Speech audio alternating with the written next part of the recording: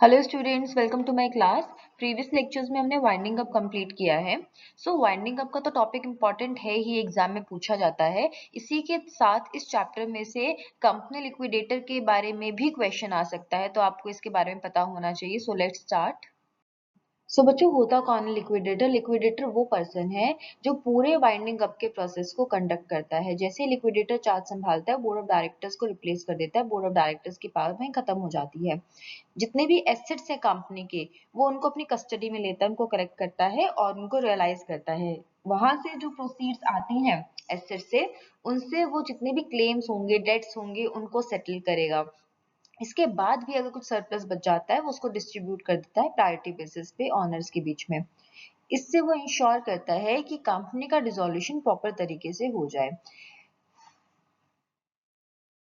बच्चों, अगर आपसे एक क्वेश्चन पूछा जाए कि लिक्विडेटर के अपॉइंटमेंट के बारे में बताइए, तो आप दो केसेस के थ्रू बता सकते हो कि भाई कंपल्सरी वाइंडिंग अप जो कि कंपनीज एक्ट के द्वारा होता है, उसमें एनसीएलटी अपॉइंट करता है, और वॉलेंट्री लिक्विडेशन जो कि आईबीसी के अंडर होता है, उसमें मेंबर्स अपॉइंट करते हैं। तो फर्स्ट केस में क्या होता है कि जो एनसीएलटी है, सेंट्रल गवर्नमेंट के पास पैनल होता है इंसॉल्वेंसी प्रोफेशनल्स का, उसमें से एनसीएलटी चूज कर लेती है लिक्विडेटर को। इनिशियली तो क्या होता है, जब तक वाइंडिंग अप का ऑर्डर नहीं आता, मतलब हियरिंग चल रही होती है, उस टाइम एक प्रोविजनल लिक्विडेटर अपॉइंट कर दिया जाता है एनसीएलटी के द्वारा, ताकि जो एसेट्स हैं कंपनी के, वो प्रोटेक्टेड रहें।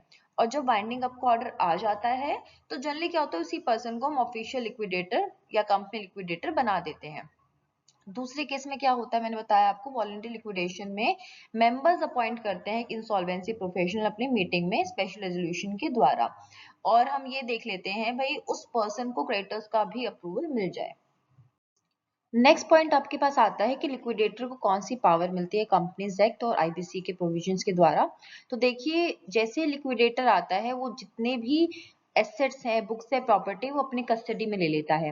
इसके बाद उसको ये भी पावर दी गई है, अगर उसको लगता है कोई चीज वाइंडिंग अप में बेनिफिशियल है, ज्यादा पैसे आ जाएंगे किसी चीज से, तो उस चीज को वो आगे कंटिन्यू कर सकता है। वैसे तो हम बोलते हैं जैसे ही वाइंडिंग अप स्टार्ट होता है, सारे बिजनेस ऑपरेशन स्टॉप हो जाते हैं, बट अगर लिक्विडेटर को लगता है कि भाई कोई मान लो अनसोल्ड स्टॉक पड़ा है, अभी बेच दो, वरना तो वो खराब है, कोई पेमेंट उससे आएगी नहीं, तो ऐसी चीजों के लिए वो बिजनेस को टेम्परेली कैरी ऑन कर सकता है।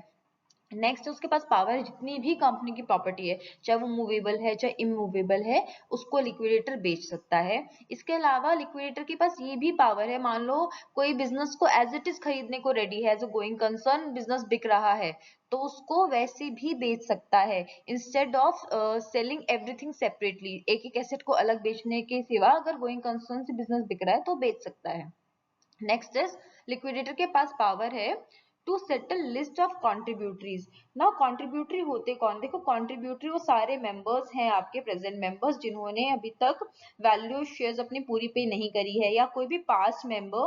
देखो, पास्ट मेंबर वैसे तो लाइबल नहीं होता, लेकिन सपोज वो पास्ट मेंबर कंपनी के वाइंडिंग अप से 1 साल के अंदर अंदर था, तो अगर प्रेजेंट मेंबर पे नहीं करता, तो इस केस में वो वाले पास्ट मेंबर जो कंपनी के बंद होने के 1 साल के अंदर अंदर थे, उनको लाइबल ठहराया जा सकता है।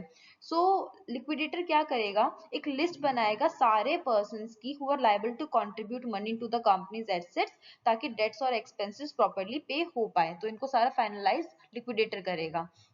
इसके बाद लिक्विडेटर के पास पावर है टू इंस्टीट्यूट और defend legal proceedings on behalf of the company. अब देखो, अगर मान लो कोई भी लीगल प्रोसीडिंग्स है, वहां पे बोर्ड डायरेक्टर तो जाएंगे नहीं, क्योंकि उनकी पावर खत्म हो चुकी है, तो कौन जाएगा? लिक्विडेटर जाएगा।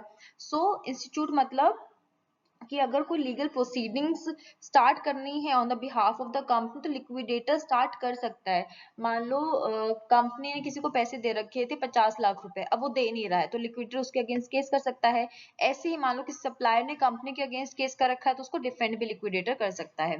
इसके बाद आता है, इसके पास पावर है to examine directors and officers. अगर वाइंडिंग अप के दौरान लिक्विडेटर को किसी भी डायरेक्टर या ऑफिसर पे कोई भी शक होता है फ्रॉड या मिसकंडक्ट का, तो लिक्विडेटर उनको एग्जामिन इन्वेस्टिगेट कर सकता है, उनके अगेंस्ट प्रोसीडिंग्स हो सकती हैं।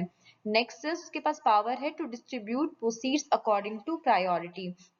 देखिए, एसेट से जितनी भी प्रोसीड आती है, उसको लिक्विडेटर डिस्ट्रीब्यूट करता है, और ये इन ऑर्डर होता है। जैसे कि जो भी प्रोसीडिंग्स आएंगी, पेमेंट आएगी, सबसे पहले लिक्विडेशन की कॉस्ट की पेमेंट होगी, फिर सिक्योर क्रेडिटर्स, एम्प्लॉइज, उसके बाद आते हैं अनसिक्योर्ड क्रेडिटर्स, या कोई गवर्नमेंट का ड्यू है वो पे होता है, और एंड में अगर कुछ सरप्लस बच जाता है तो उससे पेमेंट होती है शेयर होल्डर्स की, जिसमें पहले of course preference share holders को पेमेंट होगी, फिर भी कुछ बैलेंस बचता है तो इक्विटी शेयर होल्डर्स को पेमेंट हो जाती है। इसके बाद आपके पास है, उसके पास पावर है to execute documents, deeds and give receipts. Again board of directors तो डॉक्यूमेंट पे साइन करेंगे तो कौन करेगा? लिक्विडेटर साइन करेगा। जितने भी डॉक्यूमेंट्स हैं उस पे लिक्विडेटर साइन करता है। मान लो कोई सेल डीड है, कोई ट्रांसफर डीड है, सब पे लिक्विडेटर साइन करेगा। मान लो कोई रिसीट देनी है तो भी कौन देगा? रिसीट देगा। मान लो कोई अमाउंट रिसीव हुआ है ड्यूरिंग लिक्विडेशन तो रिसीट देगा आपका लिक्विडेटर। देखो बच्चों, लिक्विडेटर को कुछ पावर्स के साथ लिक्विडेटर की कुछ ड्यूटीज भी दी जाती हैं जिसको पूरी करनी होती है। जैसे सबसे पहले take charge immediately after appointment. जैसे ही लिक्विडेटर के अपॉइंटमेंट से बिना टाइम वेस्ट करे जितने भी एसेट्स हैं कंपनी की, प्रॉपर्टीज, इसके bank accounts, books, documents, company के सारे रिकॉर्ड अपने कस्टडी में लेने होते हैं। वो मेक श्योर करता है कि मान लो कोई भी एसेट्स बचाना रह जाए या कोई मिसयूज ना हो जाए। इसके बाद उसकी ड्यूटी है to collect statement of affairs from directors. जैसे लिक्विडेटर पावर में आएगा वो डायरेक्टर्स को बोलेगा एक स्टेटमेंट ऑफ अफेयर्स प्रिपेयर कीजिए, सबमिट कीजिए, जिसमें सारे एसेट्स लायबिलिटी के लिस्ट, जितने आपके क्रेडिटर्स हैं उनका नाम, आपके डेट्स की पूरी डिटेल, आपके बुक्स ऑफ अकाउंट्स के बारे में, मान लो कोई कॉन्ट्रैक्ट है या कोई पेंडिंग ऑब्लिगेशन है, सबके बारे में डिटेल वो सबमिट करे। इससे डॉक्यूमेंट से क्या होता है, लिक्विडेटर को बेटर अंडरस्टैंडिंग मिल जाती है कि इस टाइम कंपनी की एग्जैक्ट फाइनेंशियल पोजीशन क्या है, ताकि वो बेटर आगे काम कर सके। इसके बाद वो क्या करेगा, एक प्रिलिमिनरी रिपोर्ट बनाएगा इन सब चीजों से, जो कि वो एनसीएलटी को सबमिट करता है। इसमें क्या होता है कि कंपनी का कैपिटल स्ट्रक्चर क्या है इस टाइम, कंपनी की कौन से एसेट्स, लायबिलिटी, कंपनी का लिस्ट ऑफ क्रेडिटर्स, कंपनी क्यों फेल हुई, और सब चीजों से उसको एसेट्स का एक अंदाजा लगाएगा भी इनकी रियलाइजेबल वैल्यू क्या होगी। इससे एनसीएलटी बेटर सुपरविजन कर सकता है लिक्विडेशन प्रोसेस का। इसके बाद उसका काम है to form a liquidation estate, मतलब एक वो पूल बनाएगा।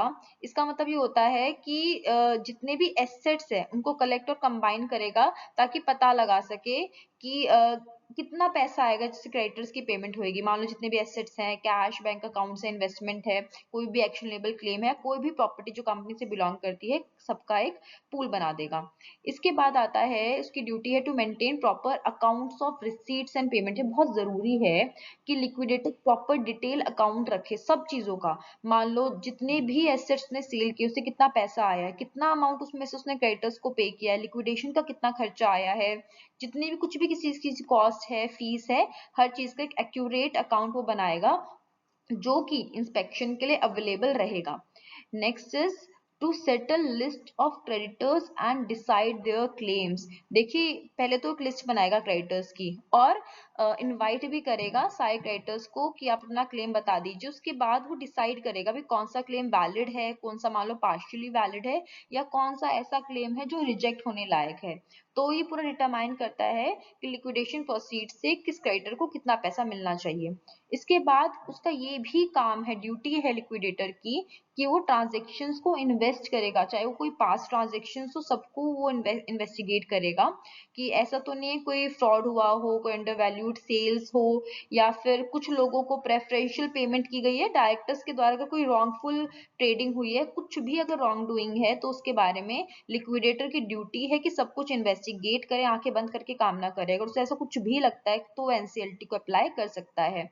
इसके बाद उसका क्या काम है या क्या ड्यूटी है कि भाई जितने भी एसेट्स हैं उनको बेचे, जितने भी मान लो लैंड, मशीन, स्टॉक कुछ भी है, सब चीजों को कैश में कन्वर्ट करे, और जितना भी उससे पैसा आया है, जैसे कि हमने पीछे डिस्कस किया था, एज या फिर अकॉर्डिंग टू प्रायोरिटी उनको वो डिस्ट्रीब्यूट करे। जैसे लिक्विडेशन कॉस्ट को पहले, फिर क्रेडिटर्स, और बाद में अनसिक्योर क्रेडिटर्स, और लास्ट में कोई सरप्लसेस शेयर होल्डर्स को डिस्ट्रीब्यूट करे। इसके बाद उसकी ड्यूटी है कि जितनी भी वो काम करता है उसका पीरियोडिकल रिपोर्ट एनसीएलटी को, आरओसी को, और ये वॉलंटरी लिक्विडेशन के केस में आईबीबीआई को सबमिट करे। जैसे कि मान लो कोई प्रोग्रेस रिपोर्ट्स है, कोई एसेट्स को बेच रहा है उसकी सेल रिपोर्ट्स है, कोई एक्सपेंस स्टेटमेंट है, इन सब चीजों को वो सबमिट करेगा। और फाइनली उसका काम है apply for dissolution after completion. सारी रिपोर्ट्स के बाद में पीरियोडिकली तो करेगा, एंड में क्या करेगा, सारा चीज कंप्लीट करने के बाद में वो फाइनल रिपोर्ट बनाएगा, जिसके साथ में वो डिसोल्यूशन के लिए अप्लाई करेगा कि भाई सारे एसेट बिक चुके हैं, सारे डेट्स की पेमेंट हो चुकी है, सब कुछ कंप्लीट हो चुका है, अब वो डिसोल्यूशन के लिए अप्लाई कर देगा। जब एनसीएलटी डिसोल्यूशन का ऑर्डर पास कर देगी, सेटिस्फाई हो जाएगी, हाँ भाई सब कुछ ठीक है, तो उस दिन से company will legally cease to exist, उस दिन कंपनी बंद हो जाएगी, कंपनी का नाम रजिस्टर ऑफ मेंबर्स में से हट जाएगा। देखिए बच्चों, लिक्विडेटर वो पर्सन है जिसको क्रेडिटर्स, कंपनी, इनके बेस्ट इंटरेस्ट में काम करना होता है। अगर इनके बेस्ट इंटरेस्ट में वो काम नहीं करता, डिसऑनेस्टली दिखाता है या फिर नेग्लिजेंस दिखाता है, तो इस केस में लिक्विडेटर को पर्सनल लायबल ठहराया जा सकता है। इसमें सबसे पहले उसकी लाइबिलिटी बनती है मिसकंडक्ट के केस में। देखिए कभी भी लिक्विडेटर कुछ इम्प्रॉपर या अनएथिकल या अनप्रोफेशनल मैनर में काम करता है तो लायबल ठहराया जा सकता है। फॉर एग्जाम्पल मान लो उसकी जो ड्यूटीज है उसको इग्नोर कर रहा है, प्रॉपर अकाउंट्स मेंटेन नहीं कर रहा है, अपनी पावर का मिसयूज कर रहा है, तो इस केस में क्या होता है, उसको इम्प्रॉपर कंडक्ट के लिए लायबल ठहराते हैं। नेक्स्ट आता है आपके पास में इंटेंशनल फ्रॉड। देखिए कभी लिक्विडेटर जानबूझ के कोई इन्फॉर्मेशन छुपाता है, चीट करता है या क्रिमिनल इंटेंशन से काम करता है, then he is guilty of fraud. मान लो उसने कंपनी के एसेट छुपा लिए, बेचे नहीं, या अपने काम के लिए बेचे हैं, उसको दिखाया नहीं एनसीएलटी को, एनसीएलटी को फॉल्स रिपोर्ट दे दी या डायरेक्टर के साथ मिलकर कुछ काम कर दिया अगेंस्ट, तो ये क्या होते हैं, सीरियस पेनल्टी इस केस में, फ्रॉड के केस में उस पे पड़ती है लिक्विडेटर पे, जैसे कि उसका रिमूवल भी हो सकता है, उसको फाइन फेस करना पड़ सकता है और कई बार जेल भी हो सकती है फ्रॉड के केस में। Next is misapplication of company money. देखिए लिक्विडेटर का काम है कि जितना भी कंपनी का पैसा वो लिक्विडेशन पर्पस के लिए ही यूज करे। अगर मान लो कभी उस पैसे का यूज वो पर्सनल बेनिफिट या अनऑथराइज पर्पस के लिए यूज करता है तो वो लायबल होता है। मान लो उसने कंपनी का पैसा निकाल के अपने पर्सनल यूज के लिए यूज कर दिया तो लायबल होगा। क्रेडिटर्स की पेमेंट करनी थी लेकिन प्रायोरिटी उसने फॉलो नहीं करी, तो ऐसे केसेस में वो लायबल होता है। उसको बोला जा सकता है कोर्ट के द्वारा कि आप रीपेमेंट कीजिए उस पैसे का with interest. Next is negligent performance. देखिए क्या होता है कि लिक्विडेटर को अपना काम बहुत डिलीजेंटली करना होता है। अगर मान लो केयरलेसली काम करता है जिसकी वजह से लॉस हो जाता है तो उसको लायबल आप बोल सकते हो। मान लो एसेट्स की उसने प्रॉपर वैल्यू नहीं पता लगाई और लो प्राइसेस पे एसेट्स बेच दिए, ऐसे केस में वो लायबल होगा।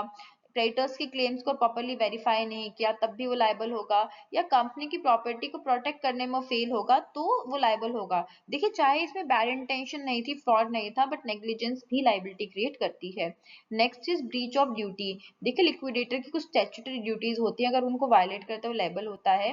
मान लो उसने लिक्विडेशन एस्टेट फॉलो नहीं किया, मैंने भी आपको ड्यूटीज के बारे में बताया था, वो उसने फॉर्म नहीं किया, एनसीएलटी को, आरओसी को रिपोर्ट्स फाइल नहीं करी, या किसी फ्रॉडलेंट ट्रांजेक्शन को उसने इन्वेस्टिगेट नहीं किया, ऐसे आंख बंद करके काम कर दिया, या फिर प्रोसेस को, जो लिक्विडेशन प्रोसेस को इंटेंशनली उसने डिले कर दिया, ऐसे केसेस में ब्रीच ऑफ ड्यूटी बनता है जिससे उसको लायबल बताया जा सकता है। देखो जो केसेस होते हैं ना लायबिलिटी के लिए, इसमें क्या होगा, इसमें से कुछ भी अगर लिक्विडेटर गिल्टी पाया जाता है इस केस में, या तो जो उसने पैसे का गलत यूज किया है उसको बोल सकते हैं भाई रीपे करो इंटरेस्ट के साथ में, या उस पर पेनल्टी भी लग सकती है, फाइन लग सकते हैं, मतलब उसको हटाया जा सकता है उसकी पोजीशन से। और कई बार जो सीरियस केसेस, मान लो फ्रॉड के केसेस है, तो क्रिमिनल एक्शन भी उसके अगेंस्ट लिया जा सकता है।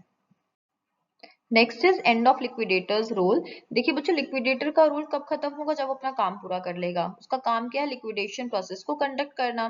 तो जिस दिन लिक्विडेशन का प्रोसेस कंप्लीट हो जाएगा, मतलब सारे एसेट्स बेच देगा, उससे लाइबिलिटीज की पेमेंट कर देगा, कुछ सरप्लस बचता है वो भी डिस्ट्रीब्यूट कर देगा, तो ये सारा काम क्या होता है, लिक्विडेशन का। तो जब ये कंप्लीट हो जाएगा तो लिक्विडेटर का काम भी कंप्लीट माना जाता है। इसके बाद वो क्या करेगा, एक फाइनल रिपोर्ट एनसीएलटी को सबमिट करेगा जिसमें सारी चीजें मेंशन करेगा, जैसे एसेट्स कैसे उसने बेचे, कैसे उसे पैसे मिले, डिस्ट्रीब्यूशन उसने कैसे किया, लिक्विडेशन का क्या खर्चा आया, ये सारी चीजें वो एनसीएलटी को सबमिट कर देगा। एनसीएलटी उस रिपोर्ट को देखेगा, अगर सेटिस्फाई हो जाता है डिसोल्यूशन का ऑर्डर एनसीएलटी पास कर देगा। इसमें बेसिकली इस ऑर्डर के आने के बाद में ये ऑफिशियल हो जाता है कि कंपनी डिसॉल्व हो गई है, it no longer exist as a legal entity, और कंपनी का नाम रजिस्टर ऑफ कंपनीज में से स्टॉक ऑफ हो जाता है। So this is the final step of liquidation. इसके बाद कंपनी ऑफिशियली डिसॉल्व हो जाती है, लिक्विडेटर अपनी ड्यूटी से रिलीज हो जाता है। सो बच्चों that is all about liquidator. आपसे क्या पूछा जा सकता है, आपसे पूछा जा सकता है कि लिक्विडेटर का मीनिंग बताइए कौन होता है, उसकी पावर्स, ड्यूटीज, लाइबिलिटीज, अपॉइंटमेंट कैसे होते हैं, ये क्वेश्चन लिक्विडेटर के बनते हैं। आई होप आपको लिक्विडेटर का टॉपिक क्लियर है। अगर स्टिल अगर आपको कोई भी डाउट है आप मुझे नीचे कमेंट सेक्शन में बता सकते हैं। Thank you for watching and don't forget to subscribe for more such videos.